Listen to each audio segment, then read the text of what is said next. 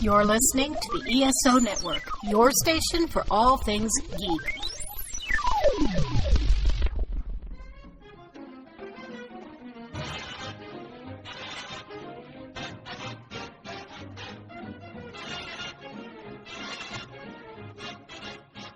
Hello, world, and welcome to Tales from Hollywoodland, a veritable feast of movies, Broadway, showbiz stories, news and gossip, with Julian Schlossberg, Arthur E. Friedman, and Stephen J. Rubin. Today, we look at great TV shows. And now, here's Julian, Arthur, and Steve. Hey guys, TV, there's a topic. I thought we would start by each of us telling our earliest memories of watching a television show. I'll start. I remember living in Chicago, where I lived briefly from the ages of 0 to 4. And I remember watching a game show called Masquerade Party. And all of the contestants were wearing masks. It had an effect on me. Do you guys remember that show? I sure do. And Peter Donald, I think, was the host. And celebrities got much more than just a mask, Steve. They really went into wigs and glue and beards and everything. And I remember it well. What about you, Arthur? What's your earliest television? Well, mine is easy. First of all, if you all you guys ever see a movie called Avalon? Barry Levinson directed Avalon. Sure. In Avalon, he shows when the first TV sets came along and how they would sit and watch the test pattern. Yeah, that's right. This is before your time, Mike and Steve.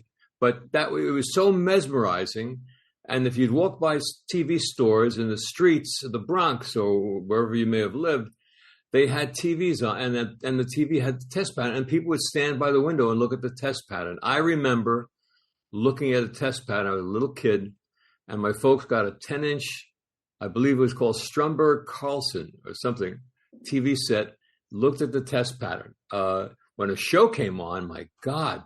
But the biggest show that ever came on at that time would have been 1948, Milton Berle. I don't think anything's been like it since. Julian, I don't think anything has completely captured the nation and froze it where restaurants closed. Things closed. People to watch Tuesday night Milton Berle at 8 o'clock. Unbelievable. Now, was that a half-hour show or an hour? No, sir. 1 hour. Brought to you by Texaco, originally called the Texaco Star Theater. And then eventually the Milton Berle Show. And as Arthur said, it was unbelievable for kids like us couldn't believe that we don't have to go out and shows will come into our house. We were so used to going to the movie theater. And now there were movies on television. And it was, I tell you, to this day, I'll never forget it because it was such an extraordinary change in our lives, right, Arthur? It was absolutely. The year before, Jackie Robinson broke the color line. That was a big change. That was such a huge story in 1947. Along 1940, here comes Milton Berle, black and white TV, doing a vaudeville show. Basically, that's what it was. Different acts. And I can tell you, and for our audience, that Milton Berle was a star, a real star at that time. Before television, he was playing in New York at a place at a theater.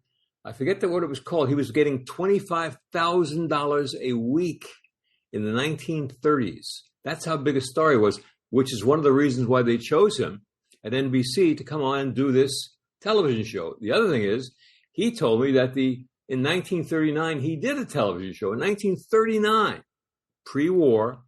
He did a TV show. There were like 800 sets in the New York area, in the whole New York area, and they did a show. So anyway, when it came time for NBC to take this thing really seriously, they went to Milton and said, how about doing a show? I mean, for an hour or what have you. And he came up with the vaudeville idea, what he was doing in theaters, and it caught on so big that, as Julian and I are saying, it's unforgettable. It literally froze your life. You sat down in front of that TV show and you were just transfixed on dog acts and seal acts and guys playing the piano and twirling plates and God knows what. But it's all true. And when I lecture at schools and colleges, one of the things I get a kick out of is I say there was no remote. What? No remote? No. If you wanted to change the channel, you got off your ass and walked up to the channel and changed the channel. If the brightness was off, you did the brightness. If it was contrast, you did the contrast. And those famous little wings above the television where you turned it around towards, you thought rabbit ears. Rabbit ears. That's right. It was. I'll give you a great one. So it's 1948, and I'm a kid sports fan. Millions of sports fans in America, and they broadcast the Boston Red Sox were going to play the Cleveland Indians in a one-game playoff as to who was going to go to the World Series in 1948. Well, again, it was like a Milton Berle moment. Everybody was in front of that TV set watching a baseball game that happened to be coming from Boston. Wow. Are you kidding? I mean, these things you heard on the radio. What are we doing? So it was just, I guess it was just amazing to even think about what we were watching in those days. That was the beginning of television. Julian, do you remember when they started the coaxial cable and they had a guy standing by the George Washington Bridge and somebody standing by the Golden Gate Bridge? I remember it very well. I also remember, because we're kids, Howdy Doody. I mean, this was huge. This guy, Howdy Doody, with Clarabelle and Mr. Bluster. And then there was Rudy Kazootie. I guess you had to kind of end with a E at the end or the Y. But yeah, these were the Magic Cottage with Pat Michaels. These were shows that were all originating and so primitive if you looked at them today. Sometimes you'd watch a show and the set would fall on an actor. You'd actually see the set. He'd come into the door and something fell down on him, but they kept going. I'll give you a good one, Julian. I'll give you a good one. Who went up when they had now a different channel? Yeah, I mean, it wasn't ABC. It was NBC and CBS, as I recall. At that time. And ABC came pretty. Some local TV stations in New York. Who went as opposition to Milton Berle on those Tuesday nights? Do you recall? Was it Red Buttons? No, it was Father Fulton Sheen. No, that was on the Dumont Network. On the Dumont, a pastor came on, a religious guy, to give sermons opposite Milton Berle. Never had a chance, you know. He probably would have had more people if he had gone to a church. Yes, that's true, though. Well, he was a big bishop, Fulton J. Sheen. He was a big boy. So let's go to a different generation here. Mike, your first TV memory. Well, my first TV memory is way old, way newer than you guys, since I'm so much younger. It has to be Sesame Street. But it was the very first episode of Sesame Street. It was like nothing I had ever seen before. And my parents were very much the type of generation, let's get the kid out of the way. Let's put him in front of the TV and everything. And, I grew up with, I was the first generation of Sesame Street, Electric Company, all the Saturday morning cartoons, all that were my big memories. And then, of course, all the, early 70s sitcoms, All in the Family, Happy Days, Laverne and Shirley, Good Times, all. So, Mike, we're talking about the early 70s? Thereabout? Yeah. Well, yeah. That's, those are my earliest memories of TV. Right. Well, Sesame Street was the end of the 60s was when it started. And so I remember that.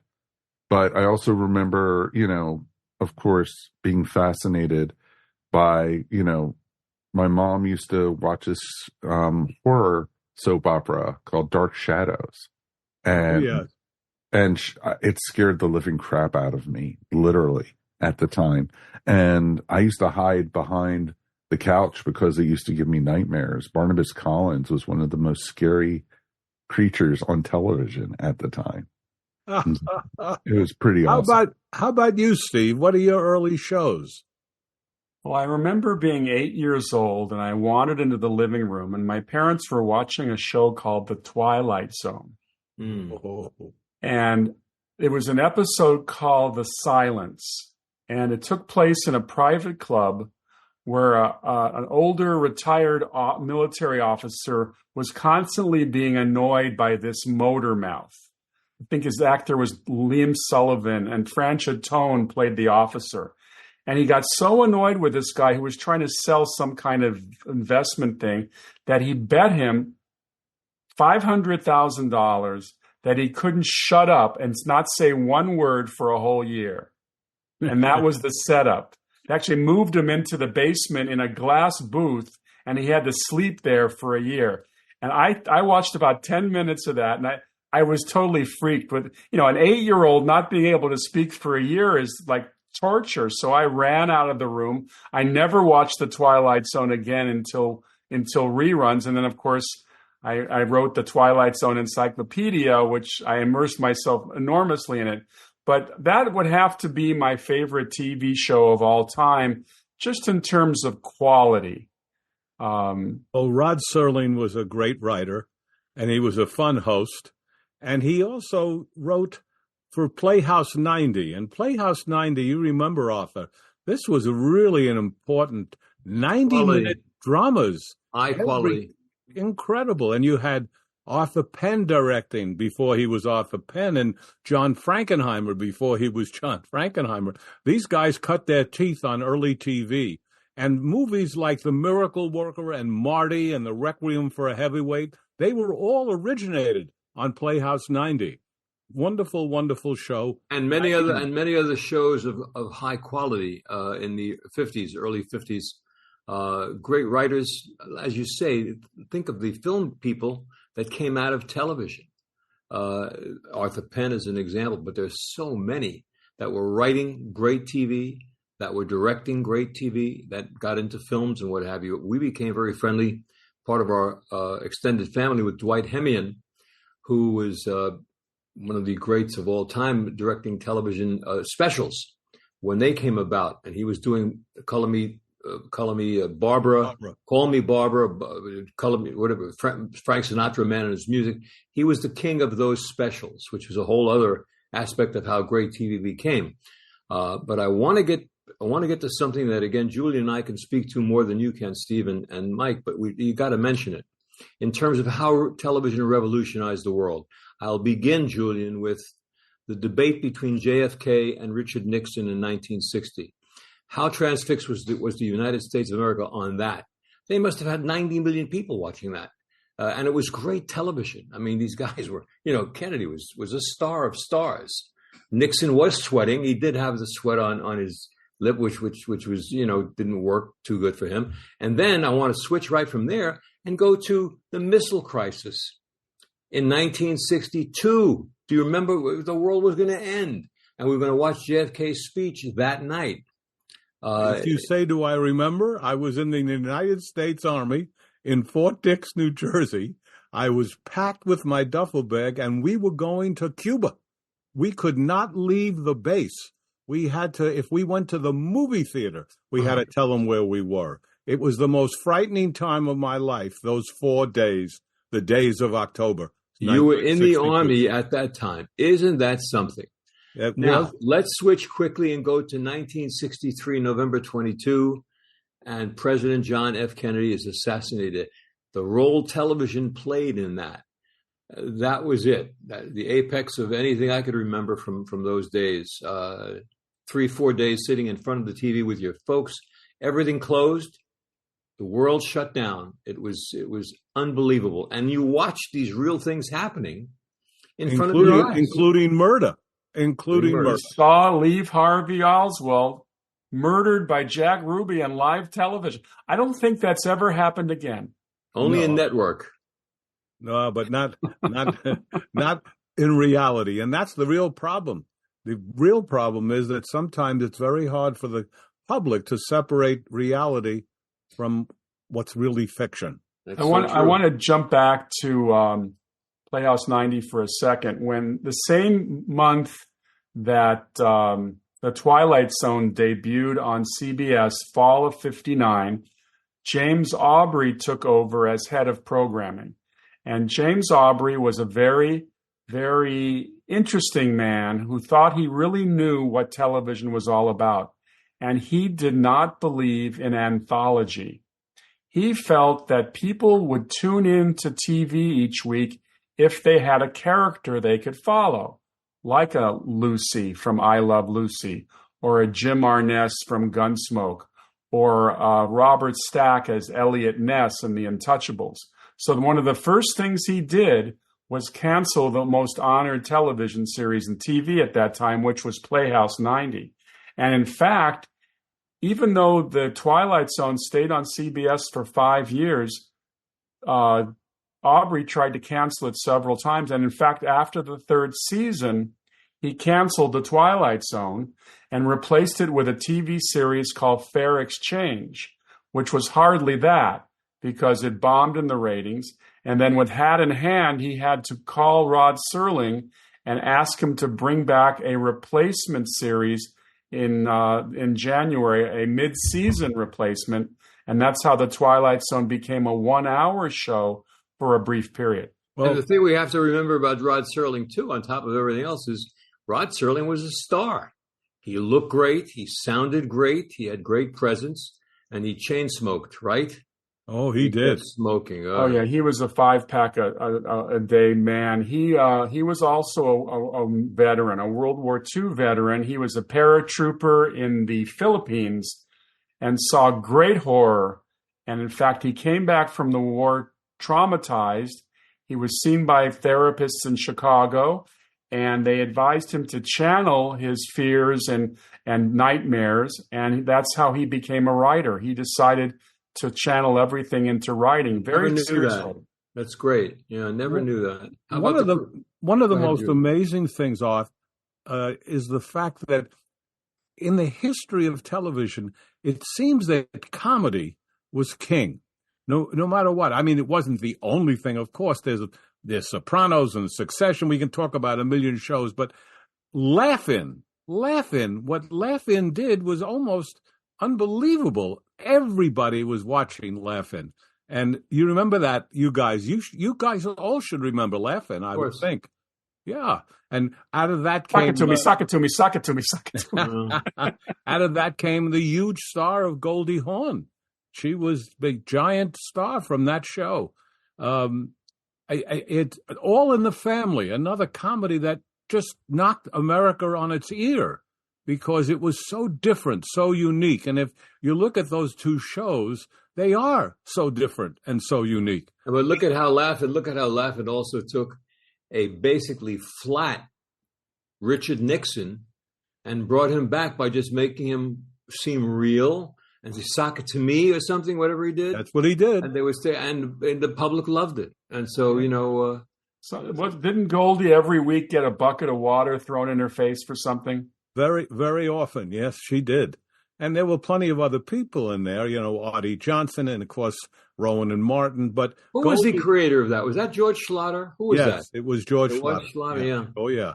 And he went on to do the Dean Martin roasts, didn't he? No, that was Greg Garrison. Oh, what else did he do, though? Schlatter did a lot of stuff, Sinatra stuff. He was powerhouse. So, Arthur, if you had to sit there and say, what is your favorite television show of all time, a show that you just felt just really sent you over the edge each week, what would you say it was? For me, it's simple. I didn't watch a lot of sitcoms. But I did start looking at, I saw Mary Tyler Moore in a rerun, and I was so taken by it, how great it was, that I would watch the reruns of the Mary Tyler Moore show. Never have enjoyed anything more in terms of a sitcom. And you talk about, again, writing and the chemistry of that cast and her. I love that show to this day. And if you've never seen the episode of Chuckles the Clown, you should all see Chuckles the Clown, because every time I've seen it, which could be 50 times, I laugh out loud. Yeah. That was my favorite show. Isn't there a great moment where maybe on the first episode, she walks into Ed Asner's office and he tells her, "You've got spunk." And she thinks it's a compliment. And then he says, "I hate spunk." Right. But what a cast. Great.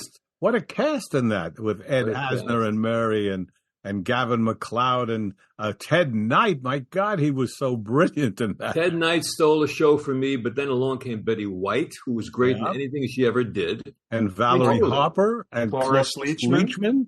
Yeah. I mean, it was incredible show. I think mine would be, though, probably Seinfeld. I've seen every Seinfeld. I love Seinfeld. I can't believe that, quote, a show about nothing turned out to be the biggest or one of the biggest shows of all time. And what was amazing was that they had 4 principals, and every show had 4 in a half hour. Every show had 4 stories of each of these principals. They're really hard to do, and beautifully done by Larry David and Jerry Seinfeld. So that casting. Yeah. I'm curious, Julian, because I did not embrace Curb Your Enthusiasm. I find Larry as an actor to be the most annoying person I've ever seen on television. And I know that I've watched some episodes and they are hysterically funny, and I have friends who swear by Curb. But did you embrace Curb as well? Partially. It's a real hit and miss show for me. There are some things that are really hysterically funny.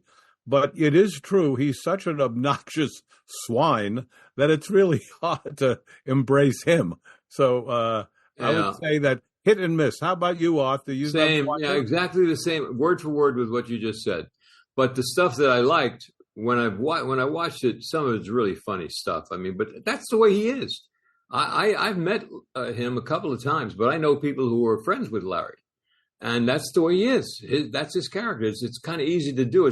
It's kind of like, not to drop a name, like one time I met John Wayne, was sitting at the Polo Lounge in the Beverly Hills Hotel, and I was invited over by a friend who was with him, and he was there with Andrew McLaughlin, and we're sitting in this little booth. I'm eating the potato chips. I always love the potato chips and the guacamole at the Beverly Hills Hotel, the Polo Lounge. And I realized 2 minutes into this whole meeting, he's not even acting when he's in the movies. This is the the same guy that's in the movies. Hello, Pilgrim. That's what was him. It was him. He was great. How you doing, Arthur? Right. But what you saw, that's very good, Steve. But the guy you saw with Larry David, that's Larry David. Yes. And by the way, the Jason Alexander, the George Costanza, is the Larry David character. That was his first sojourn into writing a guy who was pretty much of a putz. Yeah. Love the bit they did with George Steinbrenner. I thought that was so great. There was just Larry something, playing.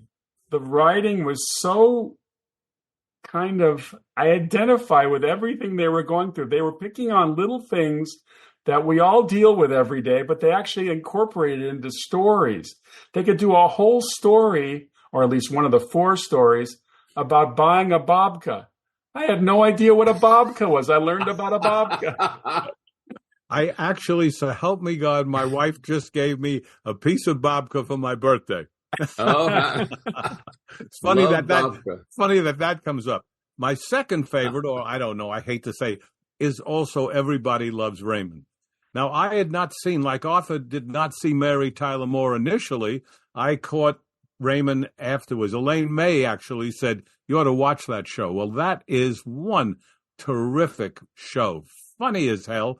And once again, like Seinfeld, incredible, and Mary Tyler Moore, incredible actors. You know, it's interesting when you look at the history of comedy on television, invariably the hit shows had a cast. It wasn't just one person.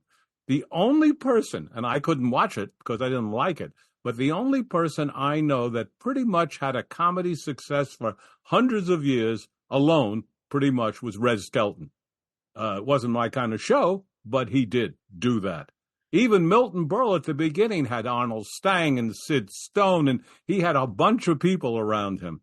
And in the sitcom world, as we all know, you got to have a cast. It can't just be somebody going through something. But you know what's great is that when you think back to the early days of TV, which we were around to see, Julian, and you think of if they couldn't say the word damn, you couldn't say hell, you couldn't say these words, and then graduated through the years to a show about masturbation on Jerry Seinfeld. But think of how far it came, and the language. Lenny Bruce was put in jail for saying dirty words. look where that's come on television. You can say anything. Desi Arnaz and Lucille Ball were on that show forever. They never slept in the same bed. Right. How dare you can't do that. Now, stay with that for a second, Steve, and everybody. Let Lucille Ball, Desi Arnaz, I Love Lucy, a show my mother would never miss. My mother, my sister, whatever. This show was like a Tiffany jewel. Do we all realize how great I Love Lucy really was? If you look back at those things, they were great shows.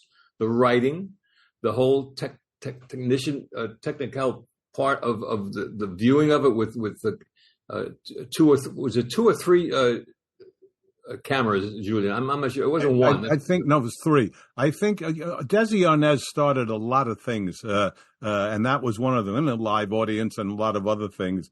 And they also started syndication. They got involved in syndication first. But they were great shows. They were great. Look back and they stand up, I'm telling you. And again, like we say, Lucille Ball, Desi Arnaz, William Frawley, Vivian Vance, it's a cast that are doing it, not just one or two people. Here's a piece of trivia. Desi Arnaz's show, I think it was called the Westinghouse Playhouse, featured a 1-hour show called The Time Element, where William Bendix starred as a bartender in New York City who every night when he goes to sleep, he thinks he's at Pearl Harbor on December 6th, 1941, and he has to convince the town that they're going to attack the next day. That was considered the unofficial pilot for the Twilight Zone. Oh, that's what I was going to say. It sounds like a Twilight Zone. It got such fan mail for that episode that Desi Arnaz introduced that it encouraged Rod to pitch the Twilight Zone series to CBS, and they lapped it up at that time. You ever see the movie Final Conflict with Kirk Douglas? Final Countdown. Oh yeah, where an aircraft carrier goes back in time. Great show. I was going to ask Mike. Mike, what is your all-time favorite TV series? Oh, well, that's tough because it also depends on your mood. It depends on your thought process at the time. And your age. Well, that's true. Well, you're a genre guy. You like fantasy, horror, science fiction. Of course. What would be your favorite in that genre? Well, there's a British science fiction show called Doctor Who that I've been into since I was probably 8 or 9 years old. When, I was just skimming the TV at the time, and we had just gotten cable, and we had actually access to WOR in New York City. And we basically, Saturday afternoon, there was this British show on, and they were fighting ninjas, and there was midgets, and there was giant rats and a time machine. And it was like, I'm hooked. This is what I fell in love with. Can't go wrong with midgets, Mike. No, you can't at all. Little people. Arthur. But it's interesting too, because then as I got older, there was other, I got into the Star Trek stuff, and I got into a lot of drama, like especially like stuff I was able to watch on repeats from the 60s and the 50s, and Man from U.N.C.L.E. My grandfather and I used to watch Get Smart together because he was a huge Mel Brooks and Buck Henry fan. And, then as I got, over the years, there's been other series, but the one that always stands out and still holds up to this day is The Sopranos. And it's a wonderful, wonderful show that changed television in a lot of ways. It did. And it was just amazing to, recently Judy and I started watching the first couple episodes just to see how it held up. And it could take place today. That's how good of a series. Mike, the whole concept of a gangster killer having a psychiatrist in itself is just a brilliant idea. And on top of it, an anti-hero. There was no such thing on television as an anti-hero, but he was someone that you really cared for in between him whacking people. It reminded me of Marlon Brando in The Godfather, because they said, well, Vito Corleone, he's against drugs, so he's not so bad. He's killing people. They're wiping them out. But because he's against drugs, he's a good guy, we think. That's right. He was also a family man, as was Tony Soprano. And I think part of that whole thing was you're dealing with a guy whose kids are going to school. His wife needs more money for the groceries. I mean, it was daily stuff. He's got to go out on the front driveway and pick up his newspaper.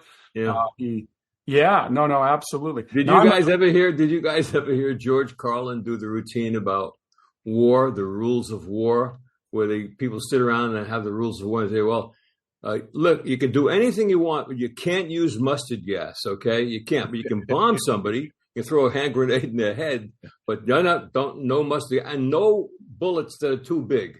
They have to be. It's a brilliantly funny routine. Yeah. But it's the same thing as craziness. You know, he didn't do drugs, so that makes him a good guy. I want to mention something. I want to go back to Dwight Hemian, a man who was the first director of The Tonight Show with Steve Allen, and how Dwight told me these great stories of how it was everything was improvised. You know, Steve Allen decided one day, I'm going to walk out in the street and talk to people. That's where that all began. And they opened up the door to the Hudson Theater out in the street. Went, how you doing? What's going on? You know, and that started all of that. Great shows. If you ever want to laugh, if you're ever down, guys and audience, there's a piece of Steve Allen in that show reading the sports section with a funny hat, and he becomes hysterical reading it and looking at himself doing it. It's out there somewhere on YouTube, but it'll make your day. It's also in my show that I produced with Steve Allen called The Golden Age of Comedy. It's Big Bill Allen. Big Bill Allen. And, of course, we knew that the sportscaster was named Mel Allen, so that was almost a kind of a jump on that. But Big Bill Allen cannot stop laughing. Can you stop laughing watching it? You can't stop laughing. You can't. It's impossible. And I used it in a very prime time place in our show. I did two shows with Steve.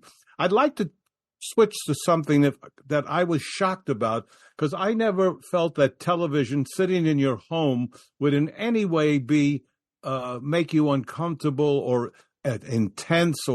But there were two shows, 24 with Kiefer Sutherland and Homeland with Claire Danes, are two of the shows that I don't think anyone can sit through without really getting your heart beating and intensity, which is shocking if you're sitting at home. Do you guys see either of those shows, any of the three of you? I embraced Homeland during COVID. We binge watched all of the Homelands, and it was a very intense show. It's funny that you mentioned Kiefer. We didn't watch 24, but we watched a show he did called Designated Survivor, where he plays, I guess I didn't know this, when they have the joint session of Congress for is it the inauguration or whatever, one guy cannot go to the Capitol. He has to stay in an office, because if a bomb blows up the Capitol and kills all the senators and congressmen and the president and the vice president, there's got to be one guy.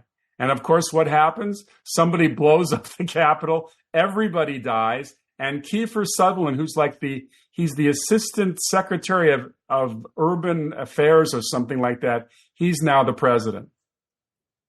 But it's not a comedy.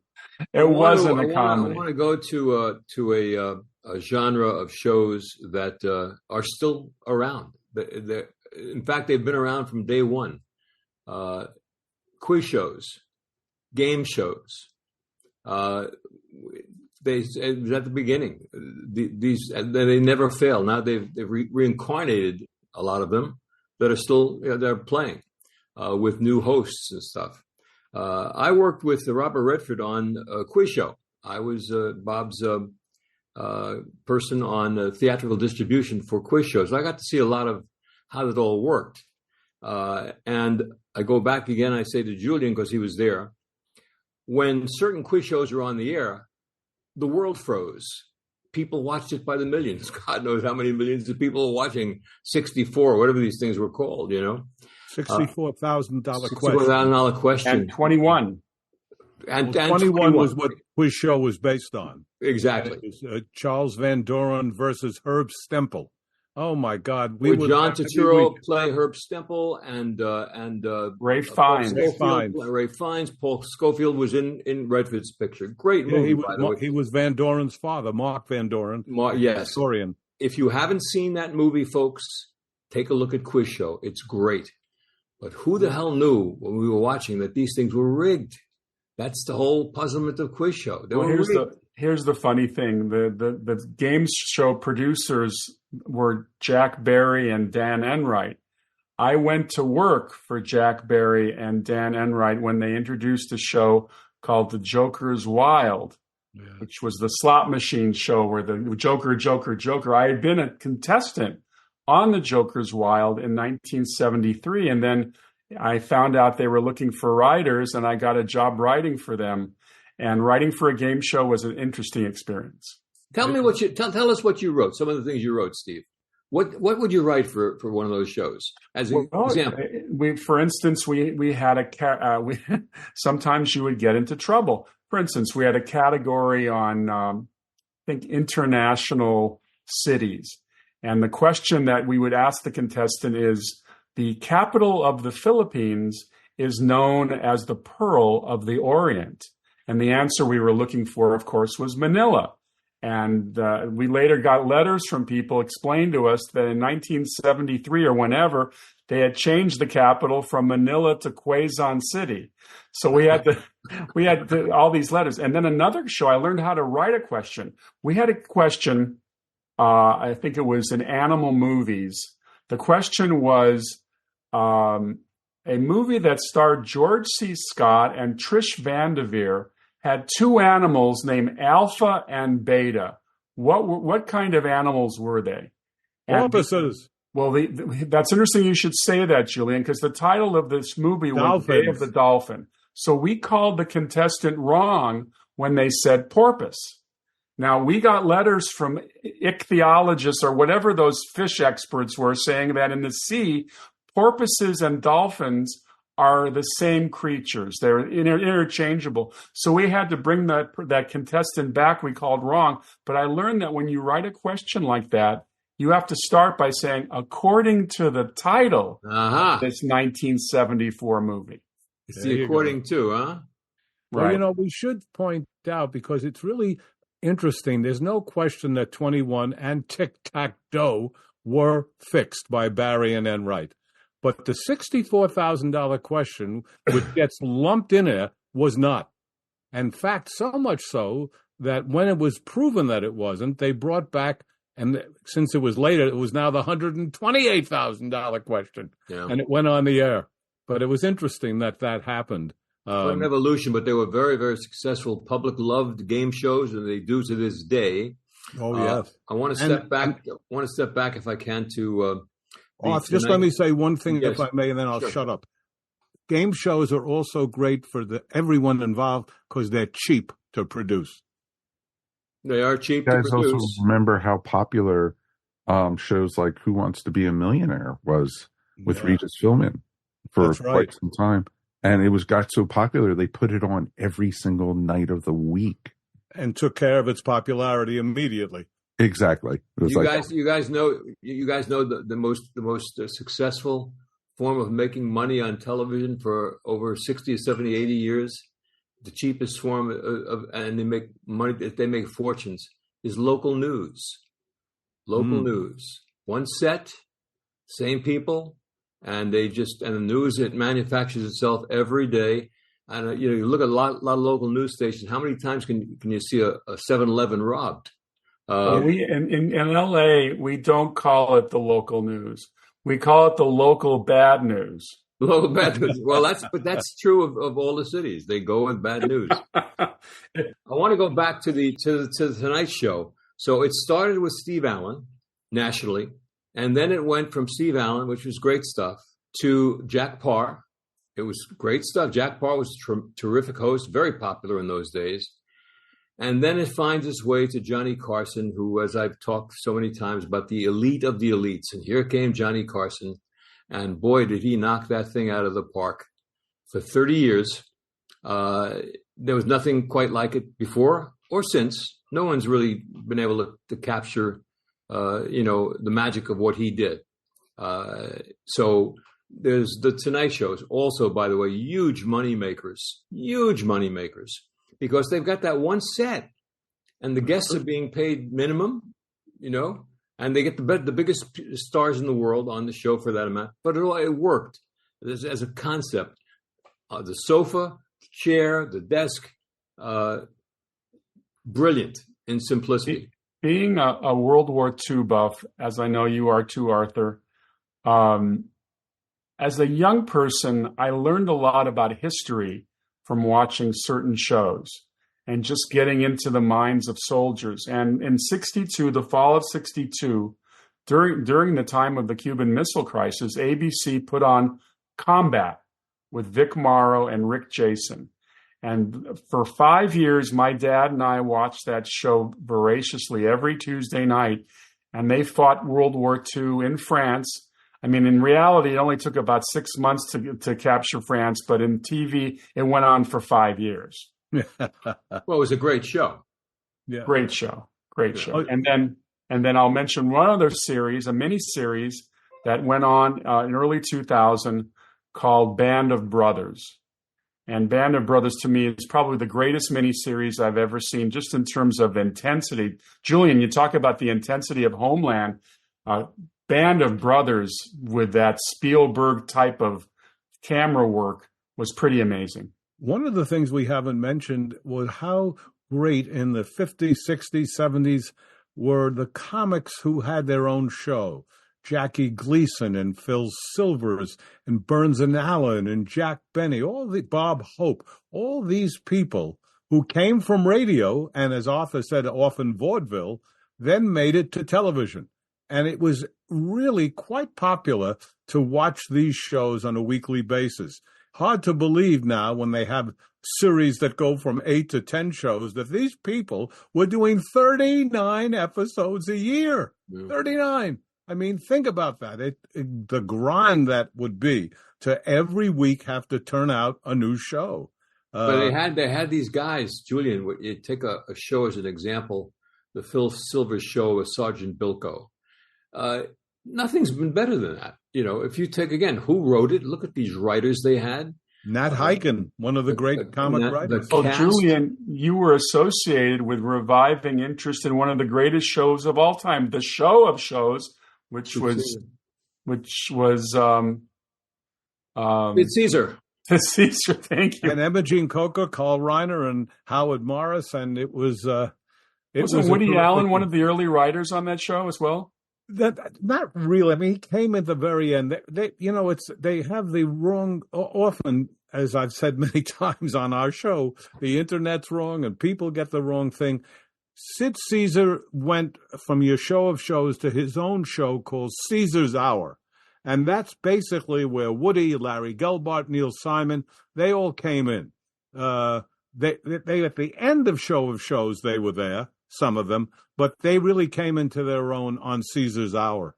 That's where they really did. Again, look at those writers he had. Look at those writers. I mean, you can't even believe it. It's Murderer's Row, right? Murderer's Row. Julian, please name them. Larry Gelbart, Woody Allen, Mel Brooks.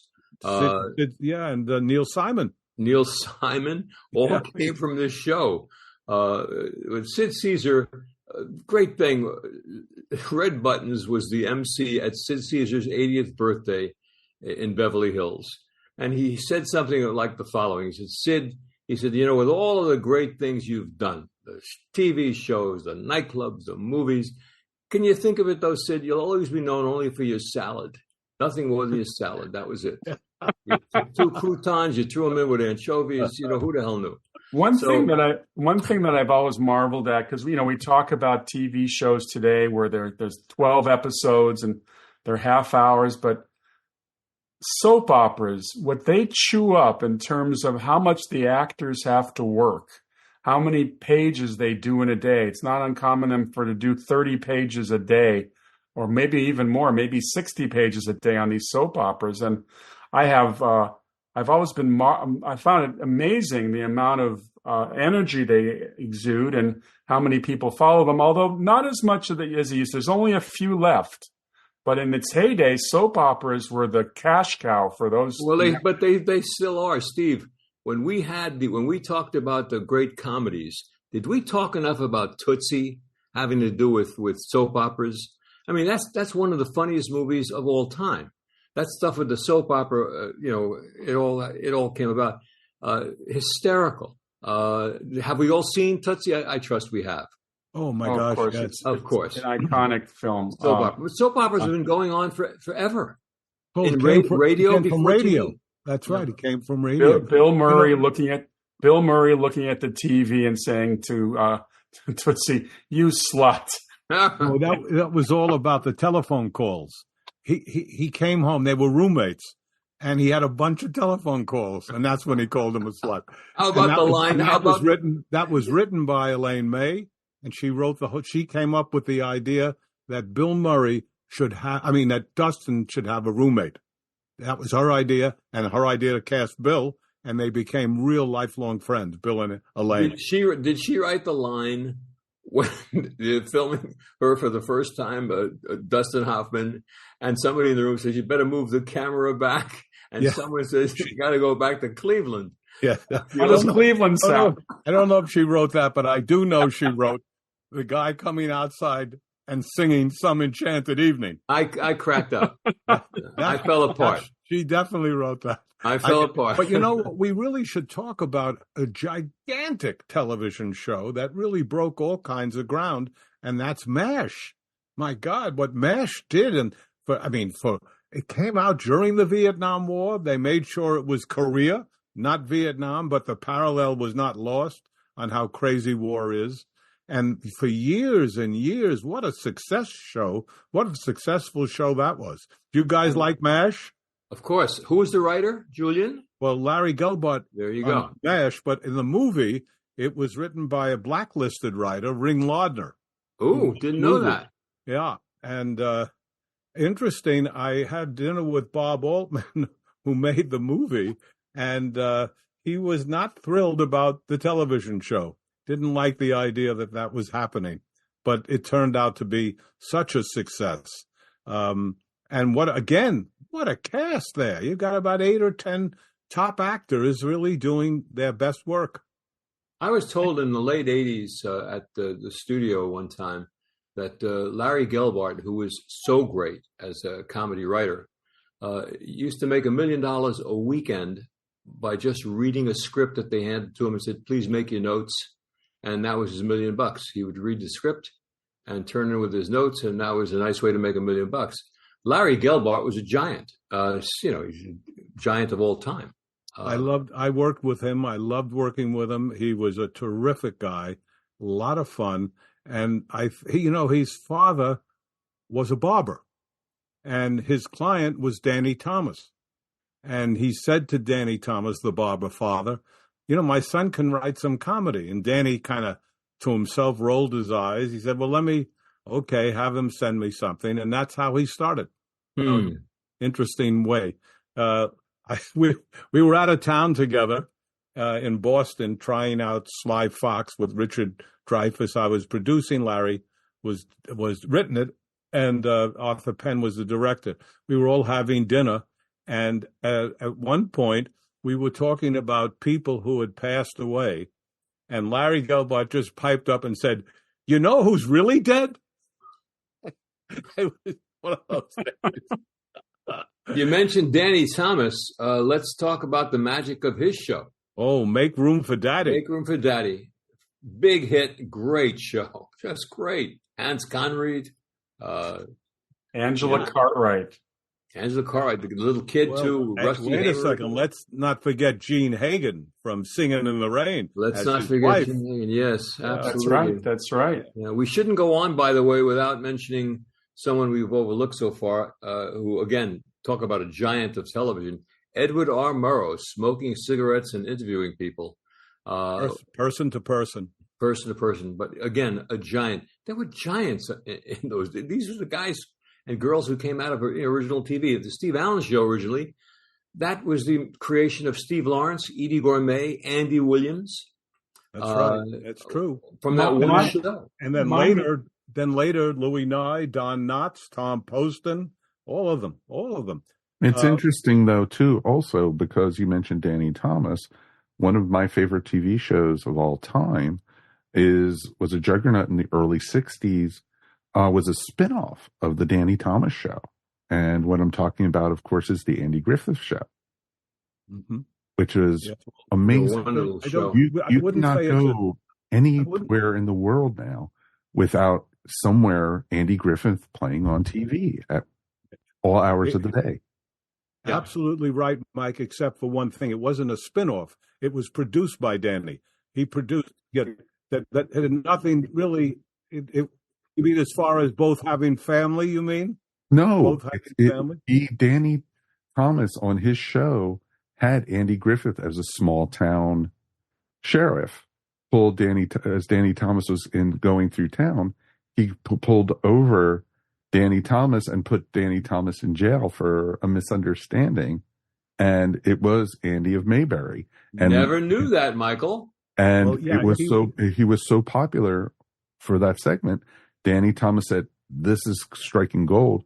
Let's make a series based off of this." And that's how it works. I see what you mean. I thought you meant spin off from Make Room for Daddy, but it is. He did appear on that show. Well, Danny also had Dick Van Dyke. He had the Real McCoys, and his partner was an actor named Sheldon Leonard, who was in It's a Wonderful Life, amongst many, many other things. He was the bartender. Great character actor, and a terrific gangster. He was always a gangster, Sheldon Leonard. And if you listen, that's right. If you listen to Sheldon Leonard talk and you listen to Mae West talk, it's the same voice. Why don't you come up and see me sometime? But I'll tell you, I think one. Go ahead, Julian. I was going to say we should say that Sheldon Leonard produced I Spy, and I Spy was the first time an African American was a star with a co-star. The two stars were Robert Culp and Bill Cosby. And mentioning Cosby, even though he's certainly not a name to mention now as far as the public is concerned, that show Cosby swept the nation for years and years. It was before it went on the air, there was an article in TV Guide that said the sitcom is dead, and then Cosby comes on and changes that. Yeah, I have to talk about a genre that was all over the 50s, and I certainly moved on from Masquerade Party Westerns. There were probably 40 Westerns on TV at one point. You couldn't move between Cheyenne and Bronco and Rawhide and have Gun Will Travel and Bat Masterson and Maverick and Gunsmoke, which lasted Bonanza. And that was a big one. Which was the one that Ward Bond was on? Wagon Train. Wagon Train. Yeah. Sure. And of course, Rawhide starred a very young Clint Eastwood. And these shows, I mean, in those days, kids, this is before your generation, Mike, when the kids were getting their toys for Christmas, they were getting 6-shooters and cowboy hats. Right. And of course, if you watched Davy Crockett, you got a coonskin hat to boot. We also should mention the breakthrough with gay people on television, because for a long time you couldn't do anything like that. I think I may be wrong. The first time that I remember was Billy Crystal on Soap. Yes. And I think that was the first. But we went into, I mean, Ellen on the show Ellen, not the talk show, but the show called Ellen had 42 million people. Think of what I'm saying. 42 million when she supposedly came out on the show that she was gay on the show and in real life. And then there's Will and Grace and the L Word and Q is whatever it is. But it took a long time. As Arthur said, Lucy and Desi or whoever said we're sleeping in different beds. Yes. A lot of things have changed in our lifetime. And Billy Crystal, who first came on, to my knowledge, by doing one of the great impressions of all time of Muhammad Ali or Cassius Clay. It was just hysterical doing it. That begat into him playing on the show as a gay guy, and the rest of his career has been, I think, fantastic. One thing I want to say about him again is, if I repeat myself, forgive me, but he's probably the last of the great comedians of the era that we talk about often, from the Milton Berles to Jackie Gleason's, the Red Buttons, so many of those guys. But I think Billy's the last one, and he is great. Well, an area where we certainly miss him is hosting the Oscars, because when he hosts the Oscars, when he did host the Oscars, it was always very clever in that opening. The best. It was the best. No one ever came close. Quickly, Perry Mason, L.A. Law. We had law shows. There's so many shows, and this is a kind of topic I think we should come back to later on in the series, because there's so much more to talk about. Oh, sure. The Defenders. The Defenders. Oh, whoa, my God. Herbert E.G. Marshall. Yes. Reginald Rose. Yeah. Brodkin did The Nurses, another show. And the doctor shows. Come on, guys. ER and Dr. Kildare and Ben Casey. So much stuff. So I think we have to say we'll table it, put it on the back burner, and do another show if you guys agree. Agree. Oh, absolutely. And we can do a science fiction show as well, because there were dozens of shows. I mean, when Twilight Zone went on the air in 1959, there was nothing like it. And we could talk a lot about that. Absolutely. Then came the Outer Limits. The Outer Limits. We control the television. We control the vertical. We control the horizontal. Steve, what was the last line of that Serling always said after every show, at the end of the show? The last line? Yes. Welcome. It wasn't welcome to the It was the first line. It was your now. Well, it's always submitted for your approval, or he had different ones. Of course, they changed the opening narration. You are traveling in another dimension, a dimension of sight, of sound. Yes. But they changed it. Interestingly, the first season of The Twilight Zone was not the theme. That wasn't introduced till season 2. Bernard Herrmann, the great composer, did the score for the first season of The Twilight Zone. They also Rod Serling was not on camera in the first season. His voice was there. But remember what I was telling about James Aubrey insisting that they go to shows which featured actors rather than, the same actors. That's why Rod Serling had to come on and host his show, because you had to have an iconic figure. The same thing that was going on at that time with Alfred Hitchcock and Alfred Hitchcock show. We didn't talk about that. Wow. That's something we didn't discuss. Wasn't there a last line in Twilight Zone? You are now leaving the Twilight Zone. Well, they would have their end narration, and it would relate to the story, but it would end with the word "the Twilight Zone." Well, we've come to the end of our show, and as always, I think we've had a lot of interesting things going on. For our viewers and listeners, please subscribe to our show. In a world where there are very few things that are free anymore, we're very free. And we love when you recommend us to your friends. We're very good in the car. If you're driving somewhere, we really keep you company. Right, Julian? Absolutely. Send us emails. And our email address is talesfromhollywoodland@gmail.com. We've had an ongoing contest where you can become a co-host. If you want to talk about a subject you feel that other people would be interested in, not the idiosyncrasies of your Aunt Ida, but something dealing with pop culture, we actually would love to hear from you. Write to us, talesfromhollywoodland@gmail.com. We will consider you. And we are available on all the podcasts, Spotify, Apple, Amazon. And we have our Facebook page, Tales from Hollywoodland. And we love having contact with our listeners. Gentlemen, it's been fun. And again, happy birthday, Julian. Oh, thank you, guys. Happy birthday, Jules. Happy birthday, Julian. Thank you, guys. And I'll see you next week, I hope. Bye, everybody.